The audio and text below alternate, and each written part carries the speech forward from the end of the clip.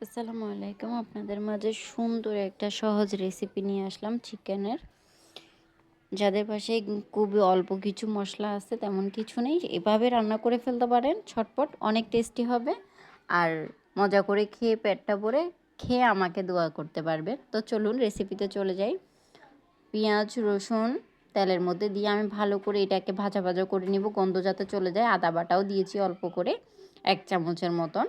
তারপর আমি এখানে গরম মশলা গুঁড়া, মুরগির মশলা আর হচ্ছে যে এই জিরার গুঁড়া দিয়ে মশলাটা ভালো করে কষিয়ে নিব। এটা যখন কালারটা চেঞ্জ হয়ে আসবে, ভুনা ভুনা হয়ে যাবে, লাল লাল হয়ে যাবে, একদম মশলার গা থেকে তেল ছেড়ে দিবে, তখন আমরা এটাতে সুন্দর করে একটু হালকা করে যখন ভুনা ভুনা লেগে লেগে আসবে, তখন আমরা একটু পানি অ্যাড করব এটাতে, যাতে নিচে লেগে না যায়, পুড়ে না যায়।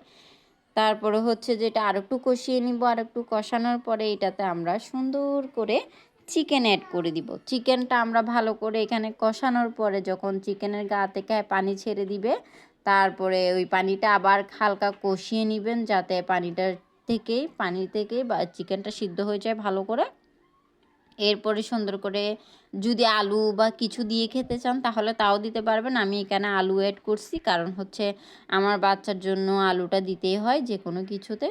ও শুধু একটা দিয়ে কিছু একটা দিয়ে ভাত খেয়ে নেয় না, সেজন্য এখানে আমার আলু দিতে হবে। ওকে যা কিছু রান্না করে দিয়ে আলুটাও চাইবেই।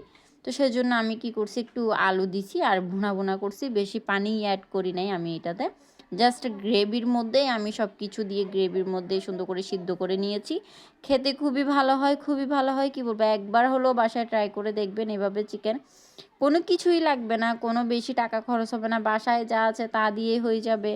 ঠিক আছে, বেশি কোনো কিছুই লাগবে না। যদি রেসিপি দেখে ভালো লাগে তাহলে অবশ্যই রেসিপি দেখে যদি ভালো লাগে তাহলে অবশ্যই আমার চ্যানেলে লাইক সাবস্ক্রাইব কমেন্ট করে যাবেন। আর পরবর্তীতে কী ধরনের ভিডিও দেখতে চান, কিসের রেসিপি দেখতে চান, সেটা অবশ্যই আমাকে কমেন্ট বক্সে জানিয়ে যাবেন। আপনারা লাইক কমেন্ট সাবস্ক্রাইব করলে আমাদের ভিডিও বানানোর উৎসাহ বাড়ে, ভিডিও দেওয়ার উৎসাহ বাড়ে। আপনাদের জন্যই তো ভিডিও দিচ্ছি। আপনারা দেখে যদি লাইক কমেন্ট করে সাড়া না দেন, সাবস্ক্রাইব না করেন, তাহলে আমরা ভিডিও দিব কার জন্য? ঠিক আছে, আমাদের মনোবল ভেঙে যায়, আপনারাই আমাদের মনোবল। তো লাস্টে আমরা ধনেপাতা অ্যাড করে নিব এটাতে, যাতে একটু ফ্লেভারটা ভালো আসে। এটা সবাই কিনতে পারে, বাজারে অ্যাভেলেবেল আছে এখন। তো কিছুদিন পরে অবশ্য পাওয়া যাবে না, আর এখন যেহেতু পাওয়া যাচ্ছে, এখন বেশি করে আমরা খেয়ে নিই। তো ধনেপাতাটা দেখতে পাচ্ছেন দিয়ে দিছি, আমি হাতে ছিঁড়ে দিয়েছি, যাতে সময় ছিল না সেজন্য। তো এভাবে রান্নাটা আমি এইভাবেই শেষ করেছি। আর গরম গরম ভাত দিয়ে এটা যে দারুণ হয়েছে খাইতে, আপনারা একবার ট্রাই করে